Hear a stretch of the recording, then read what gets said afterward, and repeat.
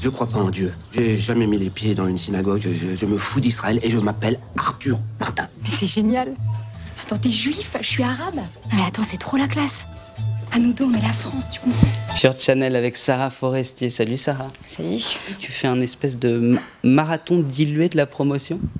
Bah, en fait, oui, le film a reçu un super accueil à Cannes. Donc c'est vrai qu'on avait fait un petit peu de promo déjà. Et puis là, c'est la sortie, quoi. C'est le vrai moment où je rencontre les journalistes, quoi. En fait, moi, dans la vie, les mecs de droite, je les nique. C'est moche chez toi. Mais tu vois, quand je te dis je les nique, je veux dire, je les nique vraiment. C'est pas métaphorique, quoi. D'accord. Regarde lui, par exemple. Quand je l'ai rencontré, il était le responsable jeunesse de la section UMP du Pas-de-Calais. T'imagines? Et regarde la tête qu'il a maintenant. Il élève des moutons dans le Périgord. Comment on pourrait résumer? Alors je sais pas si tu vas être d'accord parce que j'ai gardé le synopsis. C'est Baya Ben Mahmoud qui couche avec des hommes de droite pour les convertir à gauche. C'est ça. Et qui rencontre Arthur Martin, et, comme celui des cuisines. Et il a comme travail dans la vie, par rapport à la grippe aviaire, il travaille dans le principe de précaution. Et donc en fait, il fait des autopsies d'oies mortes, voilà, par rapport au virus de la grippe aviaire, etc. Et donc elle se dit, quand elle le rencontre, qu'avec un nom comme ça et un métier comme ça et un look aussi strict, et il est un peu coincé, elle se dit, il est forcément de droite. Et donc elle se dit qu'elle va le convertir à gauche, et en fait pas du tout, elle n'a pas besoin, parce qu'en fait il est jospiniste. On fait l'amour d'abord ou on fait à manger? Oh, bon... Personnellement, j'ai pas très faim. Pourquoi moi? Je vois de Jospin. Bah toi c'est pas pareil. Toi tu me plais? Michel Leclerc, le réalisateur, il cherchait à créer dans les deux personnages, déjà ils étaient écrits d'une manière où ils étaient complètement différents, c'est-à-dire lui était coincé et elle c'est une femme libre, donc il y avait déjà cette dualité là. Après dans le travail qu'on a fait moi et Jacques, c'est que Michel nous a dirigés aussi dans le côté clown blanc et clown Auguste. Ouais. Et c'est vrai que Arthur Martin, il a un côté Pierre Richard et Bourvil. Il est grand, long, longiligne et un peu timide. Et moi, mon personnage, c'était plus le diable de Tasmanie en string, quoi. Tu vois, il y avait un truc... beaucoup plus de l'ordre de la tornade, c'est-à-dire que le personnage c'est une tornade et elle se rend pas compte parfois que bon bah il y a son haut qui tombe et tout d'un coup on voit son soutien-gorge ou son sein, ses vêtements sont un peu trop grands pour elle et ça déborde un peu quoi, et elle s'en rend pas compte. Michel Leclerc il le dit dans plein d'interviews, il aimerait presque refaire tous les films de Woody Allen un par un, et qui veut s'inscrire dans cette comédie-là. Il y a plein de détails, par exemple, il y a vos voix off, il y a les faces caméra de vos deux personnages, il y a vos personnages jeunes avec lesquels vous jouez dans des plans séquences, etc. Il y a plein de trouvailles comme ça dans la mise en scène. Et puis il y a la folie dont tu parles, et là c'est rigolo parce que quand on lit ton arrivée sur le projet, c'est justement ce grain-là, la sensualité évidemment, mais la folie que tu leur as apportée. Ils ont élargi le casting en fait parce qu'ils ne trouvaient pas d'actrice d'origine maghrébine qui leur plaisait. Tu es arrivé là-dedans. Est-ce que tu as eu l'impression toi de pouvoir complètement te lâcher?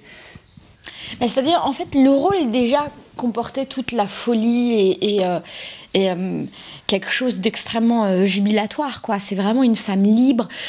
Michel, il a vraiment voulu placer un personnage de 68arde, donc qui fait l'amour, pas la guerre, et qui couche avec des hommes pour les convertir politiquement, et qui est complètement idéaliste. Elle est engagée politiquement, mais c'est une idéaliste.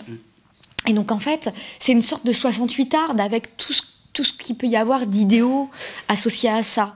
Et tout d'un coup, quand tu places un personnage comme ça, idéaliste et qui fait l'amour et pas la guerre, tout d'un coup, ça devient anachronique avec notre époque. Et ça crée une discorde, quelque chose qui est complètement incongru. Et en même temps qui crée des situations comiques, parce qu'elle n'est pas adaptée à cette époque, cette fille.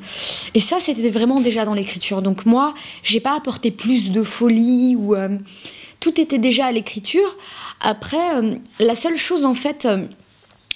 voilà, moi j'ai essayé d'apporter beaucoup de fragilité aussi au personnage et de sensibilité, parce que c'est pas une héroïne parfaite, quoi. Elle a un côté héroïque parce qu'elle est très engagée, etc. Mais en même temps... elle ressemble au film, c'est qu'elle déborde. Donc elle ne contrôle pas tout ce qu'elle fait. et elle peut être aussi maladroite. Pourquoi est-ce qu'on peut jamais voter pour quelqu'un qu'on aime? Et le bulletin Sarkozy? Quoi? Mais je vais pas me salir les mains. Pourquoi ça sert de mettre des isoloirs si tout le monde sait pourquoi tu votes? T'as remarqué que pour le bulletin de Ségolène, la typographie est plus petite que pour celle de l'autre? Fais voir le bulletin Sarkozy. Ce qui est intéressant, c'est que c'est des personnages qui aiment la politique pour ce qu'elle est aussi au quotidien, et qu'ils aiment débattre entre eux. Déjà, c'est un couple, ils sont pas d'accord politiquement tout le temps, et Arthur Martin, il est beaucoup plus nuancé qu'elle. Après, moi, quand je prends un personnage comme ça, l'important, c'est de l'humaniser, pas lui donner quelque chose de parfait, et du coup, par son imperfection, elle nous ressemble, elle est humaine, et elle a des maladresses, et quand elle fait des bêtises, parfois elle essaye de bien faire, et elle est jusqu'au boutiste, et du coup elle fait des conneries, comme le moment où elle parle un moment à la mère d'Arthur, parce qu'elle pense bien faire, et puis finalement elle va créer une situation qui est catastrophique, et elle va être affectée par ça. Donc c'est pas Wonder Woman, quoi, c'est pas une fille parfaite, et mon travail, ça a été de la rendre humaine, pour justement ne pas essayer de la rendre parfaite, et de pas... Enfin, moi, j'aborde jamais un personnage en me disant « il faut qu'on l'aime ». J'aborde toujours un personnage en me disant « ok, qui elle est, et avec ses perfections et ses imperfections, et en quoi elle est humaine, ce personnage ». Et j'essaie jamais de les parfaire, les personnages, mais au contraire de les humaniser. Et ce qui était important, c'était de jouer sans avoir peur, ce côté débordant, mais le faire avec de la vie et pas de la force. Ton prochain projet reste un film de Michel Leclerc. Ouais, c'est vrai. C'est le prochain? Ouais. D'accord. Bah, on se reverra sur Pure Channel pour en parler alors. Ah bah si, ouais, j'espère. Merci beaucoup, Pure Channel, Sarah Forestier, Le nom des gens.